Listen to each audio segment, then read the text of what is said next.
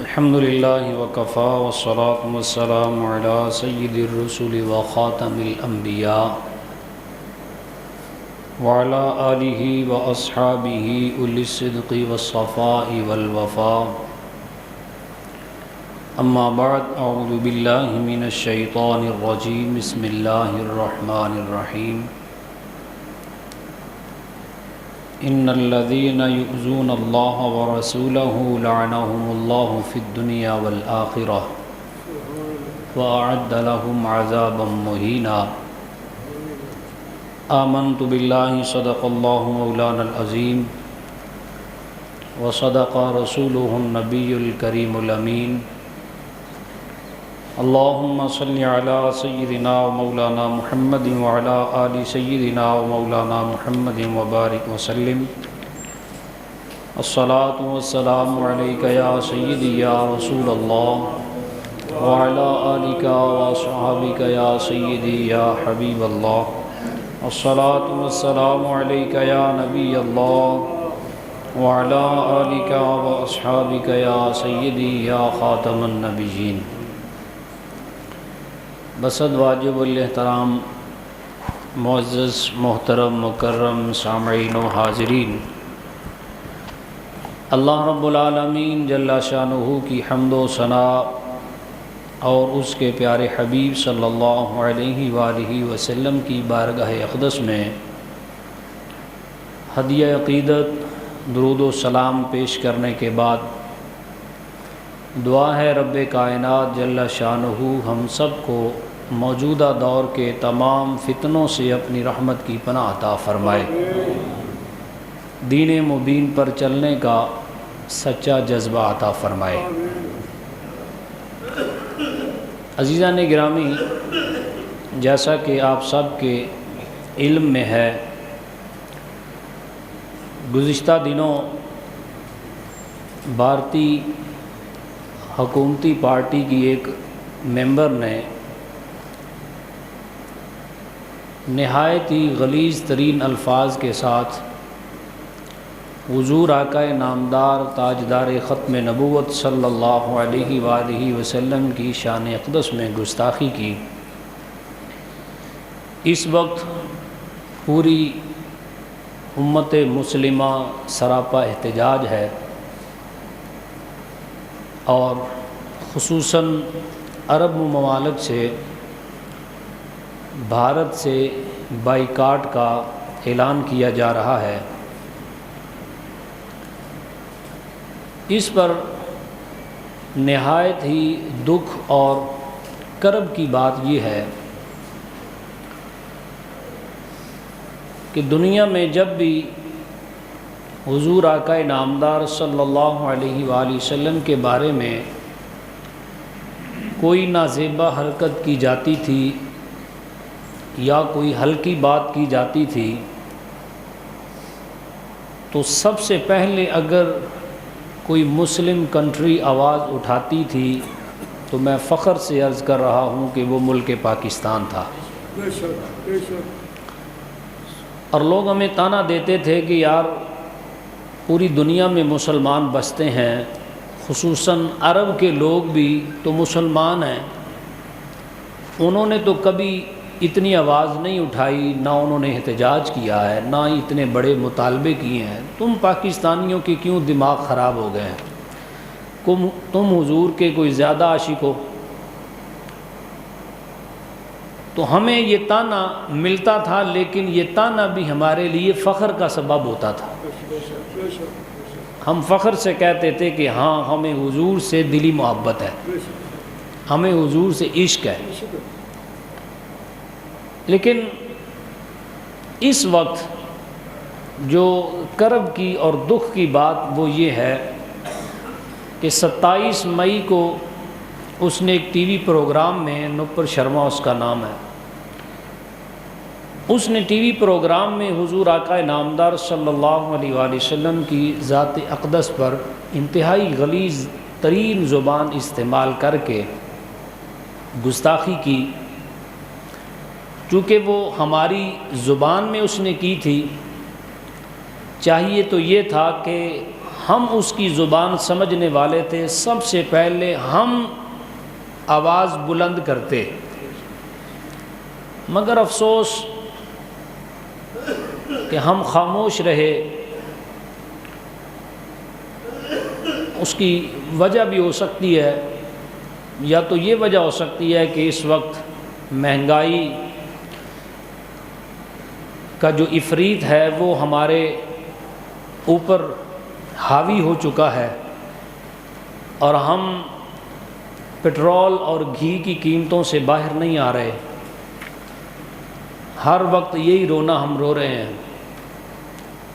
یا مجھے یہ لگتا ہے کہ ہمارے درمیان حضور بابا جی امیر المجاہدین خادم حسین رضوی موجود نہیں تھے۔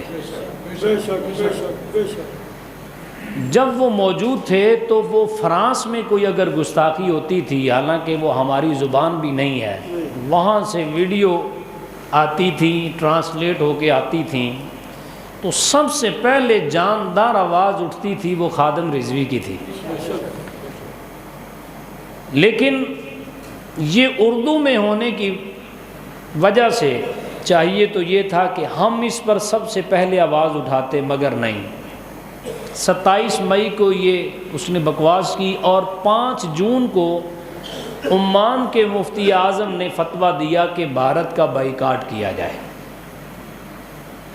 جب عرب دنیا میں لوگوں نے شاپنگ مال سے، سپر سٹور سے بھارتی مصنوعات اٹھانا شروع کر دیں اور بعضوں نے جلانا شروع کر دیں، پھر پاک و ہند کے مسلمانوں میں غیرت جاگی، اور اب جا کے احتجاجی ریلیاں بھی نکل رہی ہیں، مطالبات بھی سامنے آ رہے ہیں۔ یہ الحمدللہ یہ بڑی خوش آئند بات ہے کہ دیر آئے درست آئے، مگر ہم بھی اس کام میں شریک ہو گئے ہیں جو کام حضور علیہ الصلوۃ والسلام کی ناموز کے لیے کیا جا رہا ہے۔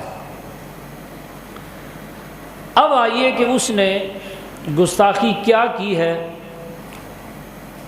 چونکہ وہ ایک خاتون ہے، خاتون کہنا بھی خواتین کی توہین ہے،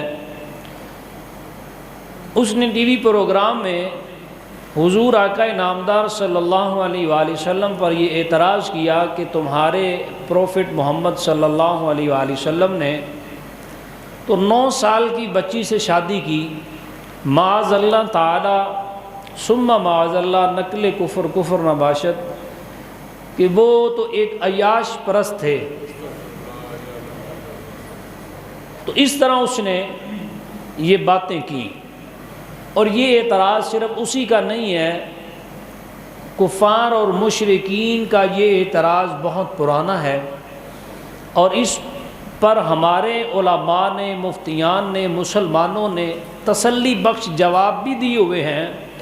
اور آپ یہ بات سن کر حیران ہوں گے کہ اس اعتراض پر خود ہندوؤں نے نبی پاک علیہ السلام کے دفاع میں کتابیں لکھی ہیں، اور دلائل سے ثابت کیا ہے کہ معاذ اللہ تعالیٰ جس کو تم عیش پرست سمجھ رہے ہو، معاذ اللہ تعالیٰ عیاش کہہ رہے ہو، وہ آدمی تو جو بندہ عیاش ہوتا ہے وہ ہر معاملے میں عیاش ہوتا ہے، لیکن حضور صلی اللہ علیہ وآلہ وسلم آپ کی اگر آپ زندگی کا مطالعہ کریں اور آپ یہ بات سمجھیں، اکثر ہم جب مذمتی بیان جاری کرتے ہیں تو اس اعتراض کو ڈسکس نہیں کرتے، ہم جذباتی ہو کر ان پر چڑھ دوڑتے ہیں اور مسلمانوں کے جذبات کو ابھارتے ہیں۔ مگر میں اس سے ہٹ کر آپ کو یہ عرض کرنا چاہتا ہوں کہ ہمیں کم از کم جو مسلمانوں پر اعتراض ہوتے ہیں، کفار کے ان اعتراض کے جوابات کا پتہ ہونا چاہیے۔ ہمیں یہ پتہ ہونا چاہیے کہ ہمارے نبی پر کون کون سے اعتراض ہوتے ہیں، اور یہ بڑا کامن اعتراض ہے۔ وہ کہتے تھے کہ دیکھیں جی 9 شادیاں کی آپ کے نبی نے۔ ارے یہاں یہ بات سمجھنا ضروری ہے کہ جس معاشرے میں حضور آقا نامدار صلی اللہ علیہ وآلہ وسلم جلوہ فرما ہوئے، اللہ نے مبعوث فرمایا، اس میں تو 20 50 شادی، 100 شادیاں لوگ کرتے تھے۔ تو نبی کریم صلی اللہ علیہ وآلہ وسلم جب اسلام آیا تو حضور نے 4 پر پابندی لگا دی، بھئی زیادہ شادیاں نہیں، صرف 4 رکھو۔ اور نبی کریم علیہ الصلوۃ والسلام کی بات کرتے ہیں تو آپ یہ سمجھیے کہ حضور سرور کائنات صلی اللہ علیہ وآلہ وسلم پر یہ اعتراض کرتے ہیں کہ جی دیکھیں 50 سال کی عمر میں 9 سال کی بچی سے شادی، کیا آپ کو یہ معلوم نہیں کہ نبی پاک صلی اللہ علیہ وآلہ وسلم نے پہلی شادی کس عمر میں کی ہے اور کس عمر کی لڑکی سے کی ہے؟ یہ نہیں پتہ؟ معاذ اللہ تعالیٰ آپ سمجھیں کہ جو عیاش ہوتا ہے وہ ہر وقت عیاش ہوتا ہے اور ہر معاملے میں وہ عیاش ہوتا ہے۔ آقا نامدار صلی اللہ علیہ وآلہ وسلم کی عمر مبارک ہے 25 سال، تو نبی کریم صلی اللہ علیہ وآلہ وسلم کس عمر کی عورت سے شادی کر رہے ہیں؟ آپ اگر 25 سال کے لڑکے کو کہیں کہ تمہاری شادی کی جائے گی ایک ایسی لڑکی کے ساتھ جو کہ طلاق یافتہ ہے، 100% وہ لڑکا اور اس کے گھر والے انکار کریں گے کہ ہم نے کسی مطلقہ سے شادی نہیں کرنی۔ ایسا ہوتا ہے نا؟ اگر ہمارے معاشرے میں کوئی لڑکا مطلقہ سے شادی کر لے تو گھر والے سب سے پہلے اس کا بائیکاٹ کرتے ہیں، خاندان والے اسے تانے دے دے کر مارتے ہیں۔ میرے پاس ایسا لوگ آئے اور ابھی بھی میں دکھا سکتا ہوں کہ اس نے ایک مطلقہ سے شادی کی ہے، گھر والوں نے گھر سے نکال دیا ہوا ہے اور وہ گاؤں سے یہاں شہر میں آ کے رہ رہا ہے۔ کیوں؟ کہ اس نے مطلقہ سے شادی کی ہے لہٰذا ہماری ناک کٹ گئی ہے۔ چہ جائے کہ 25 سال کے نوجوان سے کہا جائے کہ تمہاری شادی اس سے ہوگی جس کو 2 مرتبہ طلاق ہوئی ہے اور اس کی عمر بھی 25 سال ہے، تو پھر آپ بتائیں کہ کوئی کرنے کو تیار ہے؟ بول نہیں رہے آپ، بات سمجھ میں نہیں آ رہی؟ نہیں نہ کریں گے۔ یعنی 25 سال کا نوجوان 20-25 سال کی لڑکی سے اس لیے شادی نہیں کرے گا کہ اس کو 2 مرتبہ طلاق ہوئی ہے۔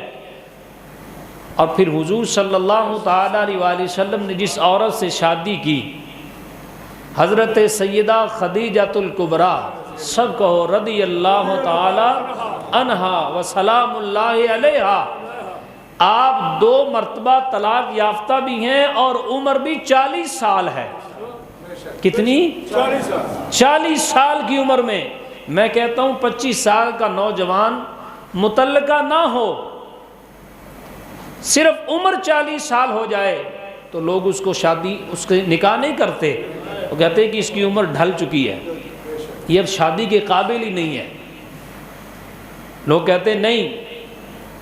تو میرے بھائیوں، حضور صلی اللہ تعالیٰ علیہ وآلہ وسلم کی وہ 9 سالہ بیوی پر اعتراض کرتے ہیں تو کم از کم یہ دیکھو کہ جوانی کی عمر میں 25 سال کی عمر نے حضور علیہ الصلوۃ والسلام نے 2 مرتبہ طلاق یافتہ عورت اور عمر بھی 40 سال اور حضور نے اس کو اپنے نکاح میں لے لیا ہے۔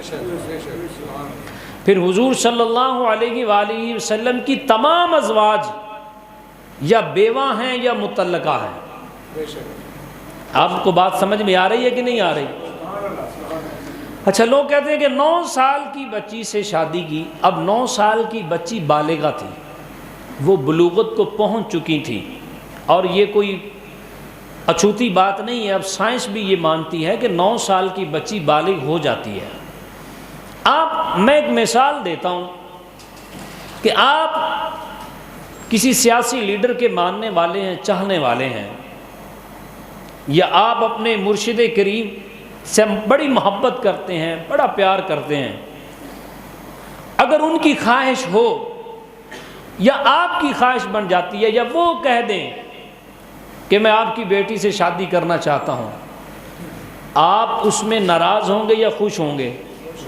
بولیے، آپ خوش ہوں گے کہ یار میری بیٹی میرے مرشد کے نکاح میں آئے گی، یہ تو میری بخشش کا سامان ہو جائے گا، یہ میرا لیڈر ہے یا اس سے میں محبت کرتا ہوں۔ تو میرے بھائیوں، حضرت سیدنا ابو بکر صدیق رضی اللہ تعالیٰ عنہ کی بیٹی ہیں اور حضرت سیدہ عائشہ، وہ بھی ساری زندگی اس پر ناراض نہیں رہیں، بلکہ اس بات پر وہ خوشی اور فخر کرتی رہیں کہ میں حضور صلی اللہ تعالیٰ علیہ وآلہ وسلم کی سب سے پیاری بیوی ہوں۔ اور آپ کو ایک بات اور ذہن نشین ہونی چاہیے، نبی پاک علیہ الصلوۃ والسلام سب سے زیادہ سیدہ عائشہ سے پیار فرماتے تھے، مگر اس کی وجہ کیا تھی؟ خوبصورتی؟ نہیں، حضرت صفیہ حضور علیہ الصلوۃ والسلام کی ایسی زوجہ ہیں جو سب سے زیادہ خوبصورت ہیں، تمام ازواج سے خوبصورت ترین زوجہ ہیں، لیکن اس سے بڑھ کر حضور علیہ السلام سیدہ عائشہ سے پیار اس لیے کرتے تھے کہ سیدہ عائشہ ذہین تھی، فطین تھی، فقاہت تھی، قرآن کی مفسرہ تھی اور دین کو زیادہ سمجھنے والی تھی۔ اور نبی پاک علیہ الصلوۃ والسلام نے جو عورتوں کے بارے دین بتایا ہے وہ سارا دین سیدہ عائشہ نے حضور سے لے کے امت کی عورتوں کو بتایا ہے، اس لیے حضور ان سے پیار کرتے تھے کہ یہ میری امت کی عورتوں کی رہنمائی کرے گی۔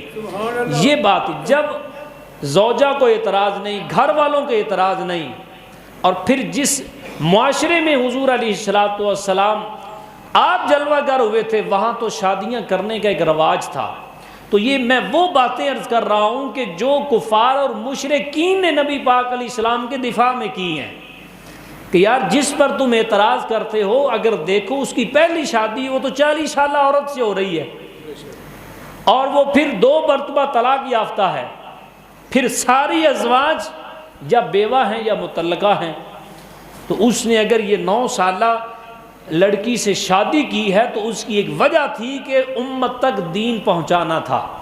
اور جتنے مسائل ہیں جسے ہم سیکرٹ مسائل کہہ لیں کہ غسل فرض کب ہوتا ہے کب نہیں ہوتا ہے، یعنی اس طرح کے جو سیکرٹ مسائل ہیں اسلام کے وہ سارے سیدہ عائشہ نے بیان کیے ہیں، اور صحابہ حضور صلی اللہ علیہ وسلم کی اس زوجہ کے پاس اپنے مسائل لے کر آتے تھے، اور بہت سارے صحابہ پھر سیدہ عائشہ کے شاگردوں میں ہیں۔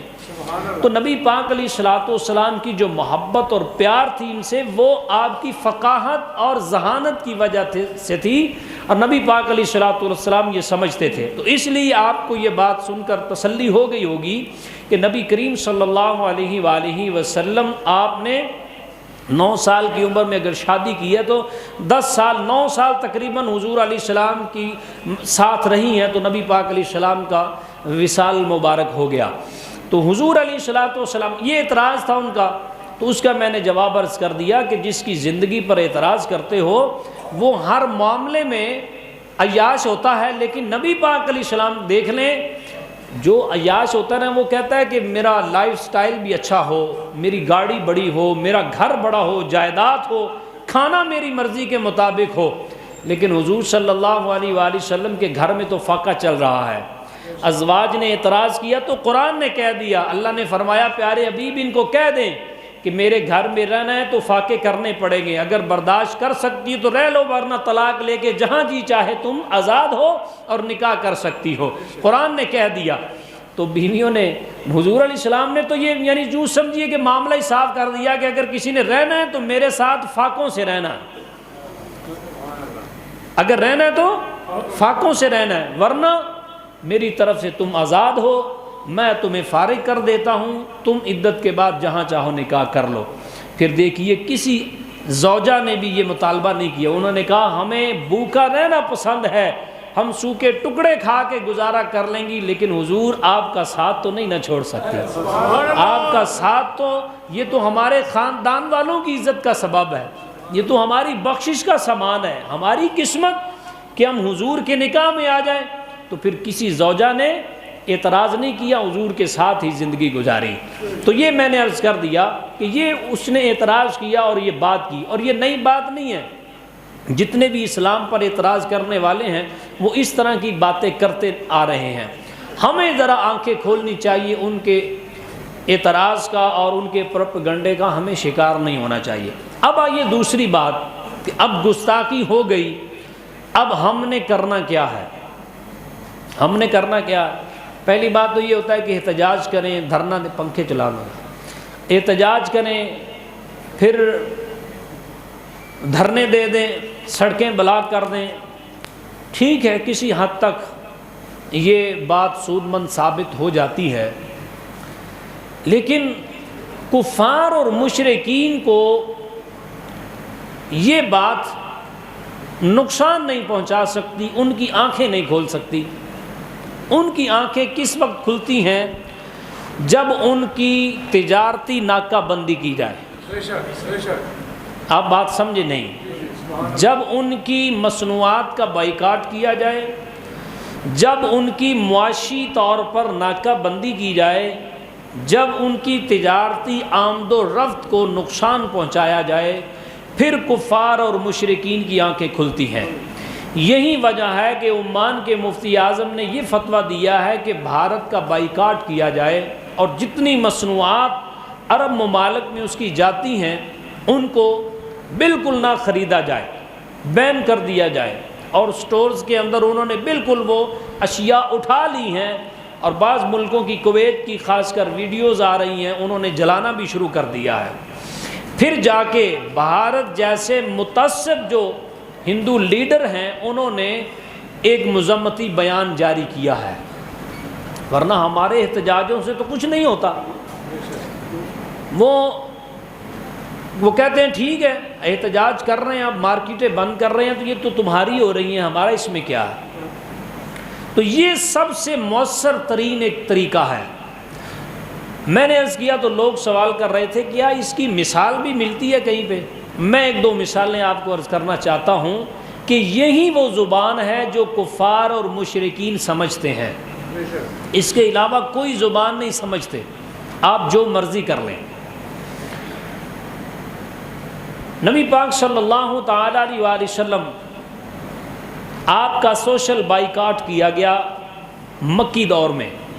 حضور شعب ابی طالب میں 3 سال رہے۔ اگر آپ تاریخ کے اسلام سے واقف ہیں تو آپ کو یہ بات پتہ ہونا چاہیے، نہیں تو اس اجتماع میں آپ یہ نیت کر کے جائیں کہ ہم حضور صلی اللہ تعالی علیہ وسلم کی سیرت مبارک ضرور پڑھیں گے۔ آپ نے تو پڑھی ہوگی انشاءاللہ کہہ رہے ہیں، میں دوسروں سے کہہ رہا ہوں پڑھیں گے انشاءاللہ۔ اولی جی بول دے ہو، چلو کوئی بات نہیں ہے۔ میں اکثر پوچھتا ہوں نا کہ یار تمہارا آئیڈیل کون ہے؟ اکثر بات ہو جاتی ہے کسی نوجوان سے یا بچوں سے یا کسی بڑے سے، یار تم اپنا آئیڈیل کس کو سمجھتے ہو؟ میرا خیال ہے تقریباً 90% لوگ اور نوجوان نسل یہی کہتی ہے کہ ہمارے آئیڈیل حضرت محمد مصطفیٰ صلی اللہ علیہ وسلم۔ آپ کے بھی ہیں؟ ہاتھ نہیں کھڑے کرنے، ذرا بلند آواز سے سبحان اللہ کہہ لیں، اس کا مطلب سب کے ہیں۔ اچھا میں نے اکثر اگلا سوال یہ پوچھا، میں نے کہا پھر نبی پاک کی سیرت تو آپ نے ساری پڑھی ہوگی، آپ آئیڈیل سمجھتے ہیں نا نبی پاک کو بھی ہمارے آئیڈیل ہیں، ہمارے آقا و مولا۔ تو میں اگلا سوال پوچھتا ہوں کہ کیا آپ نے پھر حضور صلی اللہ علیہ وآلہ وسلم کی سیرت مطہرہ پڑھی ہوگی؟ کوئی ایک کتاب پڑھی ہوگی؟ تو ان میں سے 90% ہی کہتے ہیں کہ جی کوئی نہیں پڑھی۔ یا بعضوں نے کہا کہ ہم نے پڑھی ہے، تو میں نے کہا کوئی کتاب کا نام بتا دو، 1 یا 2 کتابوں کا نام بتا دو کہ کون سی پڑھی ہے، تو وہ خاموش ہو جاتے ہیں۔ تو یہ ہے دکھ کی بات کہ نہیں کہ جن کو ہم آئیڈیل بھی سمجھیں اور ان کی زندگی کا مطالعہ بھی نہ ہو تو کیسے ہم کسی کو جواب دے سکتے ہیں؟ ہم نے دنیا کے ناول پڑھ لیے اور پتہ نہیں کیا کیا کچھ ہم پڑھنے کے لیے بےتاب ہیں، لیکن افسوس کہ ہم رسول اللہ کی سیرت نہ پڑھ سکے، اپنے بچوں کو رسول اللہ کی سیرت نہ پڑھا سکے۔ تو کم از کم 1 آدھ کتاب، اب تو خریدنے کی بھی ضرورت نہیں ہے، آپ پلے سٹور پہ جائیں تو رسول اللہ کی سیرت کی کتاب ڈاؤن لوڈ کریں، روزانہ 2-3 ورقے آپ پڑھیں، آپ کو پتہ چل جائے گا مصطفیٰ کریم کی سیرت کتنی خوبصورت ہے۔ رسول اللہ کے معاملات رسول ایک کتاب ہے بہت پیاری، آپ وہ پڑھ لیں، معاملات رسول، سیرت رسول عربی، سیرت مصطفیٰ، یہ مختصر ترین کتابیں ہیں۔ تو یہ اس اجتماع میں یہ عہد کر کے جائیے کہ ہم انشاءاللہ رسول اللہ کی سیرت ضرور پڑھیں گے نا جی، انشاءاللہ کہہ دیں، اللہ تعالی ہماری مدد فرمائے۔ تو حضور علیہ الصلوۃ والسلام 3 سال کے لیے شعب ابی طالب میں چلے گئے، 2 پہاڑوں کے درمیان محصور ہو گئے، تو نبی پاک کا سوشل بائیکاٹ کر دیا گیا۔ ہم سمجھتے ہیں کہ ہم رسول اللہ کا نام لیں گے تو مصیبتیں ٹل جائیں، سانو مصیبت آئے کوئی نہ، اور جن کا نام لینے سے مصیبتیں ٹلتی ہیں ان کی زندگی آپ پڑھ کر دیکھیں، کن مصیبتوں سے اور کن مشکلات سے نبی پاک علیہ الصلوۃ والسلام دوچار ہوئے اور دین کو ہم تک پہنچایا اور صراط مستقیم کا جو راستہ ہے وہ ہم تک پہنچایا۔ شعب ابی طالب میں محصور ہیں اور پتے کھا کر رسول اللہ صلی اللہ علیہ وسلم اور آپ کے ساتھیوں نے وہاں گزارا کیا۔ حضرت ابو ذر غفاری اس وقت مسلمان ہوئے، بنو غفار قبیلے سے ہیں، خفیہ طور پر وہاں شعب ابی طالب میں مسلمان ہوئے، کسی کو نہیں پتہ تھا، لیکن جذبہ ایمانی تھا۔ حرم مکہ میں آئے تو اعلان کر دیا، کہنے والے او قریشیو مشرکو، دیکھو میں رسول اللہ کا غلام بن گیا ہوں، میں نے اسلام قبول کر لیا ہے۔ اب قریش مکہ جو پہلے ہی تپے ہوئے تھے، انہوں نے حضرت ابو ذر کو مارنا پیٹنا شروع کر دیا۔ آپ بیان کرتے ہیں، بخاری کی روایت ہے، حضرت ابو ذر کہتے ہیں مجھے اتنا مارا کہ میں موت کے قریب ہو گیا۔ تو قریشیوں میں سے حضرت عباس نبی پاک کے چچا جان جو اس وقت تک ایمان نہیں لائے تھے، وہ دوڑ کے آئے اور مجھے مشرکین کے نرغے سے نکالا اور یہ آواز لگائی، او قریشیوں کس کو مار رہے ہو؟ یہ بنو غفار قبیلے کا شخص ہے، اور بنو غفار قبیلہ تمہارے تجارتی راستوں میں ہے، جو شام کی طرف تمہاری تجارتی آمد و رفت ہے نا، اس کے راستے پر یہ قبیلہ آباد ہے، یہ تمہاری تجارتی آمد و رفت روک دے گا۔ کہتے ہیں حضرت عباس نے بس اتنی بات کہی تو قریشیوں نے مجھے چھوڑ دیا۔ اس سے پتہ چلا کہ تجارتی آمد و رفت رک جائے کفار اور مشرکین کی، انہیں یہ بات سمجھ میں آتی ہے۔ ایک اور مثال عرض کرتا ہوں، وہ بھی بخاری کی ہے۔ حضرت سعد بن معاذ رضی اللہ تعالیٰ عنہ بنو اوس قبیلے سے ہیں، جو مدینے کے قریب تھا۔ حضور علیہ السلام ہجرت کر کے جب مدینہ تشریف لے آئے تو یہ حضرت سعد مسلمان ہو گئے تھے، اور یہ عمرے کے لیے مکہ آئے، کیونکہ یہ سردار تھے قبیلے کے۔ جب یہ مکے آئے تو ابو جہل نے انہیں پکڑ لیا، کہنے لگا سعد معاذ اللہ تعالیٰ تو نے ہمارے بھگوڑوں کو پناہ دے رکھی ہے مدینے میں، وہ تو ہم سے بھاگ کر گئے ہیں، یعنی مہاجرین اس نے کہا جو مسلمان ہوئے تھے، جو غلام تھے، جو ان کی غلامی میں رہتے تھے، تو وہ ہم سے بھاگ کر مدینے چلے گئے ہیں اور تم نے ان کو پناہ دے رکھی ہے، لہذا میں تمہیں عمرہ نہیں کرنے دوں گا، روک لیا۔ تو حضرت سعد خود بیان کرتے ہیں کہ جب اس نے مجھے روکا نا ابو جہل نے، تو میں نے کہا ابو جہل مجھے زیادہ تنگ نہ کر، میرے ساتھ زیادہ چھیڑ چھاڑ نہ کر، تمہیں پتہ ہے نا ہمارا قبیلہ بنو غفار تمہارے تجارتی راستوں میں بیٹھا ہوا ہے، اور شام کی طرف جو تمہاری تجارتی آمد و رفت ہے نا، قافلے جاتے ہیں تجارتی، ہم روک لیں گے تو یہ یاد رکھنا تمہاری معاشی ناکہ بندی ہم کر دیں گے۔ تو حضرت سعد کہتے ہیں جب میں نے یہ جملہ بولا تو ابو جہل نے فوراً میرا راستہ چھوڑ دیا، کہنے لگا کر لے عمرہ، تیری مہربانی ہے ہمارے تجارتی قافلوں کو نہ روکنا۔ تو بخاری کی یہ روایت بتاتی ہے کہ نبی کریم صلی اللہ تعالیٰ علیہ وسلم کے مبارک دور میں بھی اگر ان کو بات مشرکین اور کفار کو سمجھ آتی تھی تو وہ یہی آتی تھی کہ ان کی تجارتی ناکہ بندی کی جائے۔ ہم بحیثیت مسلمان اس بات سے بالکل بے خبر ہیں اور ہم سمجھتے نہیں، ہم کہتے ہیں مولوی ان کی کیا باتیں کرنی ہیں، ہم اپنا لائف سٹائل بدل لیں۔ میں اگر کوئی برانڈ یوز کرتا ہوں فرانس کا، کوئی انڈیا کا، کوئی فلاں کا، تو میں ان کے کہنے پہ وہ چھوڑ دوں؟ ایک مرتبہ تو زندگی ملی ہے، رج کے انجوائے تو کریں۔ میں کہتا ہوں کہ بھائی یہ ہماری جو ذہنی پستی ہے نا، اسی وجہ سے وہ کفار اور مشرکین فائدہ اٹھاتے ہیں۔ وہ آئے دن ہمیں چیک کرتے ہیں کہ یار یہ اتنے بے عمل تو ہو چکے ہیں، بس ایک ہی بات رہ گئی ہے، ہم اپنے جو مذہبی رہنما ہیں، جو لیڈر ہیں، جو ہمارے مذہبوں کے بانی ہیں، ان کے لیے ہم ہلکی باتیں سن لیتے ہیں، تو لہذا مسلمان بھی سن لیں گے۔ مگر یہ بات یاد رکھیے، آپ بھی یاد رکھیں اور مشرکین اور کفار بھی یاد رکھیں کہ ہم ہر چیز برداشت کر سکتے ہیں مگر رسول اللہ کی توہین برداشت، ہم ہلکی بات بھی برداشت نہیں کر سکتے۔ یوں سمجھیے کہ یہ ریڈ لائن ہے، اس کو کراس کرنے کی ہرگز اجازت نہیں دی جا سکتی۔ نبی ایک حضور کی ذات ہی تو ہے ہمارے پاس، اور ہمارے پاس ہے ہی کیا؟ اعمال ہیں ہمارے کوئی؟ اگر 40 سال میری عمر ہے یا آپ کی عمر ہے، مجھے آپ بتا دیں کوئی 40 منٹ کی ایسی نماز جو ہم اللہ کے سامنے پیش کر کے کہیں یا اللہ یہ 40 منٹاں دیا 2 رکھتا میں پڑھیاں نے تے اے میری زندگی دی کمائی ہے، کہہ سکتے ہیں آپ؟ نہیں بول رہے آپ۔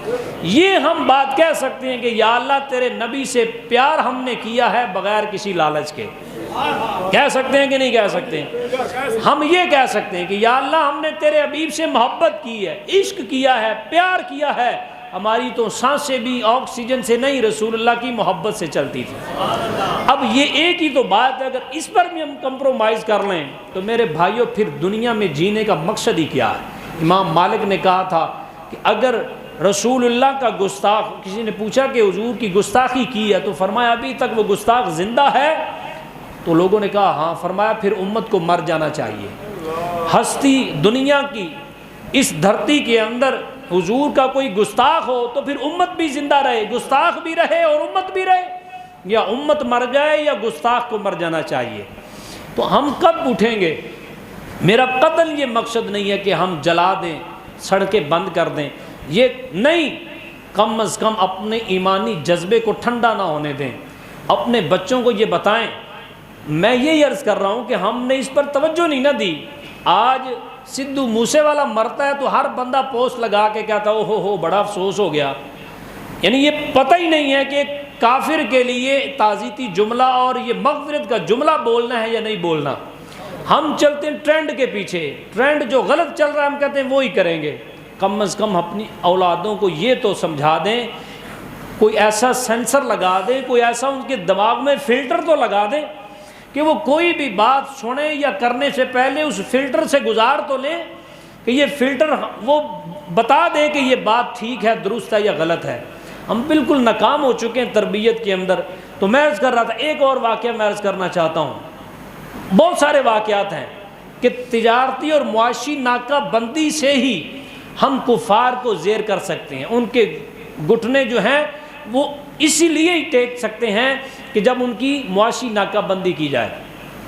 غزوہ بدر کا پس منظر آپ دیکھیں گے تو وہ بھی تجارتی قافلے کو روکنے کے لیے نبی پاک علیہ السلام نکلے تھے، اور ابو جہل کا لشکر اس تجارتی قافلے کو بچانے کے لیے نکلا تھا۔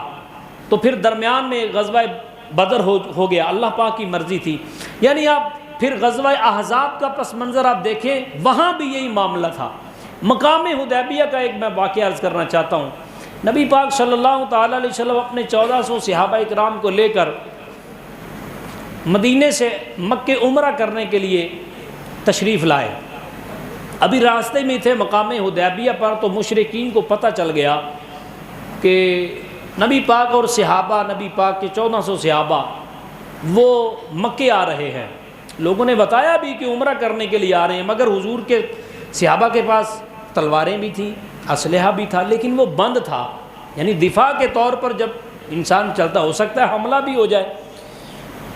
وہ غلط گائیڈ کیا گیا۔ مشرکین نے نبی پاک علیہ الصلوۃ والسلام جب مقام حدیبیہ میں تھے تو اپنے لوگ بھیج کر وہیں پہ روک دیا کہ آپ یہیں رک جائیں، آگے نہیں ہم آنے دیں گے۔ ان کا خیال تھا کہ حملہ کرنے آ رہے ہیں۔ وہاں پہ ایک معاہدہ ہوا، صلح حدیبیہ، وہ بھی میں نے عرض کیا کہ آپ سیرت پڑھیں گے تو اس میں یہ ڈیٹیل کے ساتھ آپ کو واقعہ مل جائے گا، صلح حدیبیہ والا قرآن پاک میں بھی ذکر ہے۔ تو وہاں پہ جو معاہدہ ہوا، مختصر عرض کر رہا ہوں، عروہ بن مسعود جو کفار کی طرف سے حضور علیہ السلام کے پاس آئے تھے، تو سہیل بن عمر نے معاہدہ کیا تھا، لیکن عروہ بن مسعود جائزہ لینے کے لیے آئے نبی پاک علیہ الصلوۃ والسلام کا۔ تو وہ کہتے ہیں کہ جب میں نے دیکھا نا عروہ بن مسعود نے، تو صحابہ کرام ہیں حضور کے ارد گرد ہیں، تو پہلے اس نے کیا کیا کہ حضور علیہ السلام کے خیمے میں داخل ہو گیا، تو نبی پاک علیہ الصلوۃ والسلام کو ڈرا رہا ہے، کہنے لگا کہ آپ جن صحابہ کے بل بوتے پر فخر کر رہے ہیں اور ان پر آپ کو ناز ہے، یہ تو آپ کو چھوڑ کر بھاگ جائیں گے، ہم جانتے ہیں انہیں، یہ مہاجرین ہیں، مکے سے نکلے ہیں، ہم جانتے ہیں یہ غلام ہیں، یہ تو ڈر جائیں گے، تو لہٰذا ان پر فخر نہ کریں، آپ واپس چلے جائیں، یہ بھاگ جائیں گے۔ اب یہ باتیں حضرت سیدنا ابو بکر خیمے کے باہر کھڑے سن رہے تھے۔ جب اس نے یہ بات کہی نا تو حضرت ابو بکر صدیق خیمے میں داخل ہوئے۔ آپ نے جو بات کہی ہے وہ میں بات عرض کر دیتا ہوں، اگر آپ نے صحیح طرح بات سمجھنی ہے تو بخاری شریف پڑھ لیں۔ حضرت ابو بکر صدیق رضی اللہ تعالیٰ عنہ نے داخل ہو کر فرمایا عروہ کیا کہہ رہا ہے، اپنا منہ سنبھال۔ اور جو بات کہی میں عرض کر دیتا ہوں، ویسے تو مہذب ترین الفاظ میں میں کوشش کروں گا آپ تک یہ بات پہنچ جائے، اور میسیج یہ دینا ہے کہ نبی پاک علیہ السلام کی طرف تھوڑی سی بھی ہلکے الفاظ کے ساتھ نسبت کی جائے تو حضرت ابو بکر جیسا آدمی جو کہ نفیس ترین آدمی ہے، جو بالکل پولائٹ آدمی تھا، نبی پاک علیہ السلام کے صحابہ میں سب سے سافٹ ترین انسان حضرت ابو بکر صدیق تھے، لیکن حضور علیہ السلام کے بابت میں ہلکی سی بات بھی آپ نے برداشت نہیں کی، اور جملہ کیا بولا؟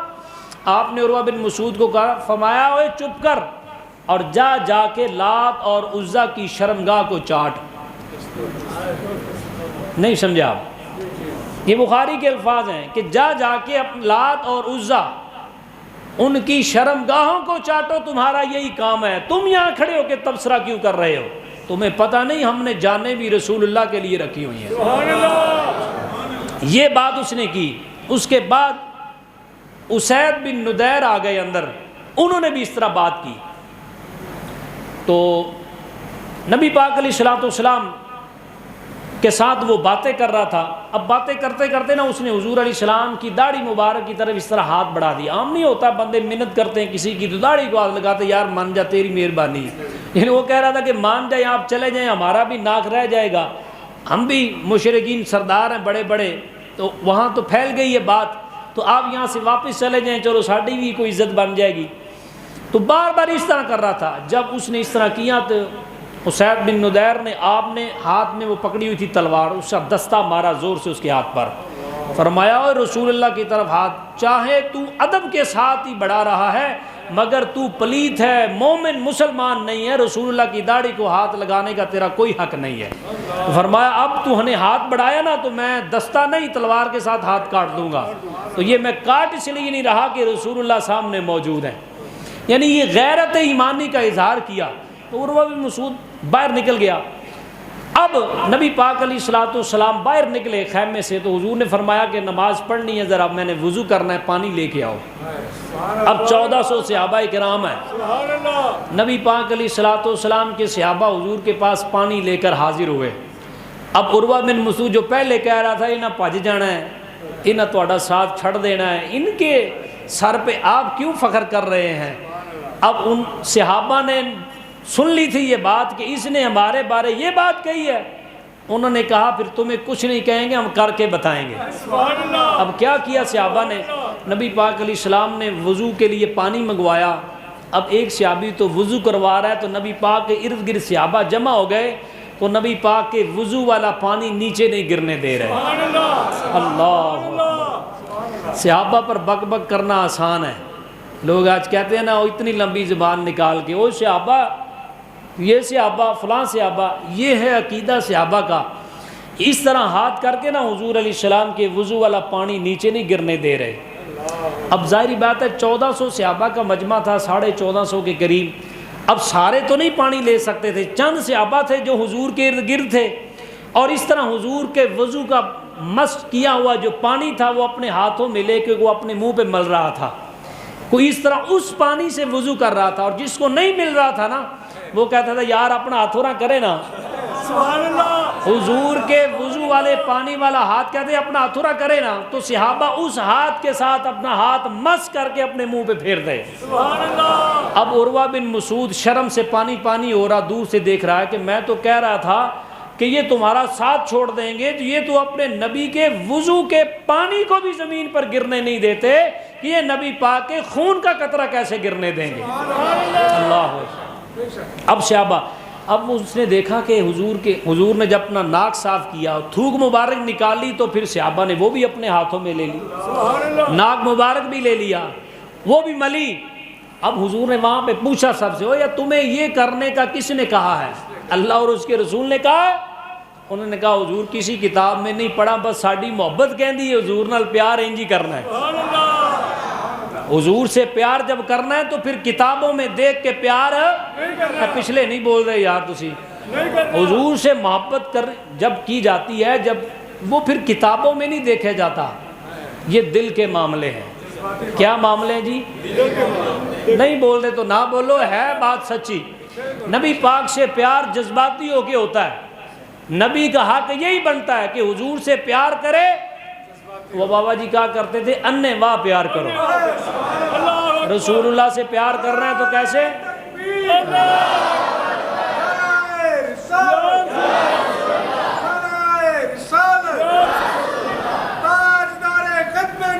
زندہ باد۔ حضور سے پیار کرنا ہے تو کیسے کرنا ہے بھائی؟ بول نہیں رہے کیسے؟ حضور سے محبت کرنی ہے تو انے واہ۔ اور کیوں کرنی ہے؟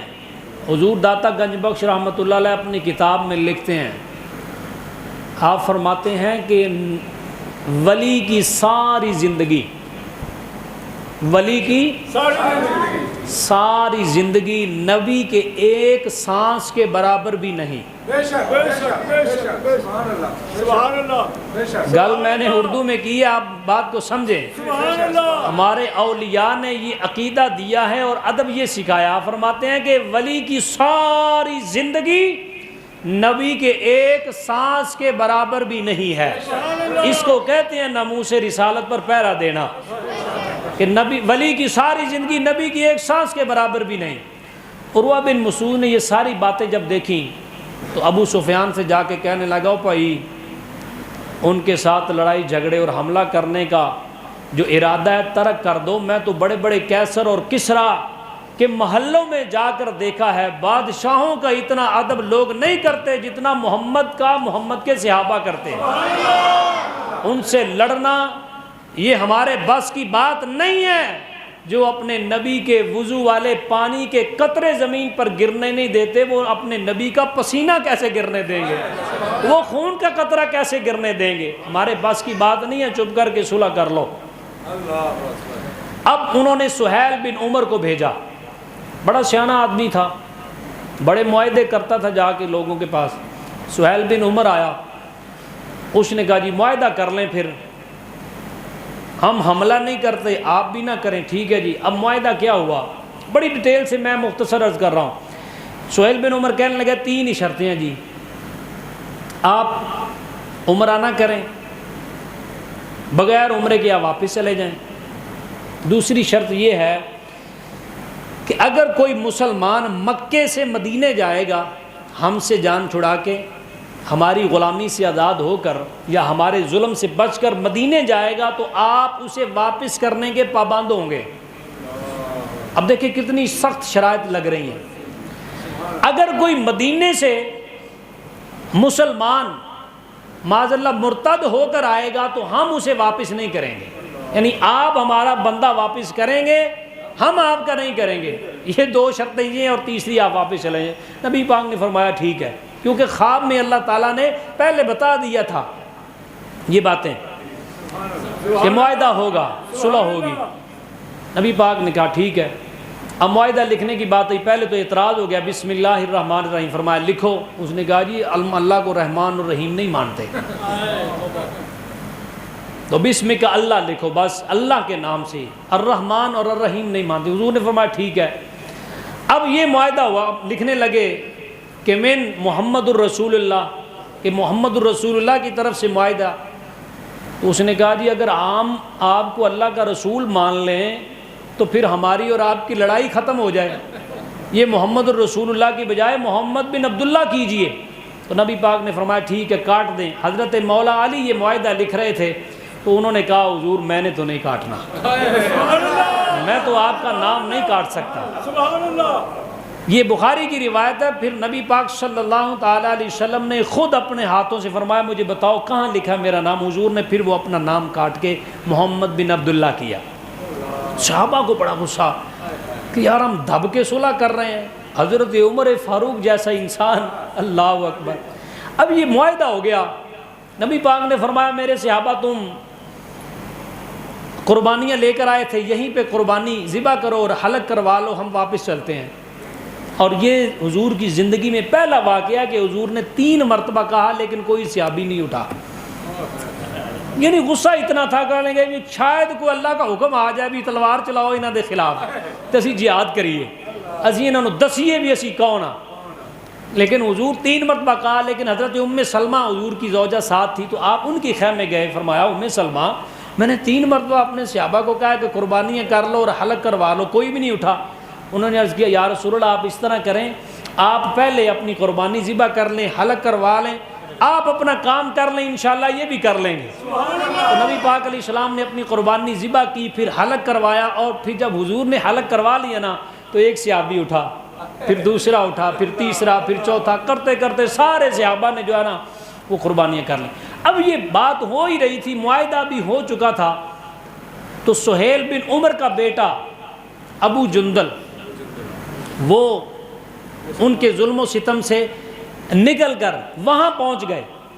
اب معاہدہ ہوا ہی تھا تو انہوں نے آ کے کہا میں تو آ گیا ہوں. تو نبی پاک نے فرمایا ہمارا معاہدہ ہو گیا ہے. بلکہ سہیل بن عمر نے اپنے بیٹے کا بازو پکڑا اور پھر اسے ساتھ لے گئے. عمر سیریز کے اندر یہ بات فلمائی گئی ہے. تو وہ پکڑ کر ساتھ لے گئے. میں جہاں بات عرض کرنا چاہتا تھا, ابو بصیر جو حضور کے صحابی ہیں وہ اسی طرح دوڑ کر مدینے آ گئے. ان کا پیچھا کرنے کے لیے مشرکین نے 2 آدمی بھیجے.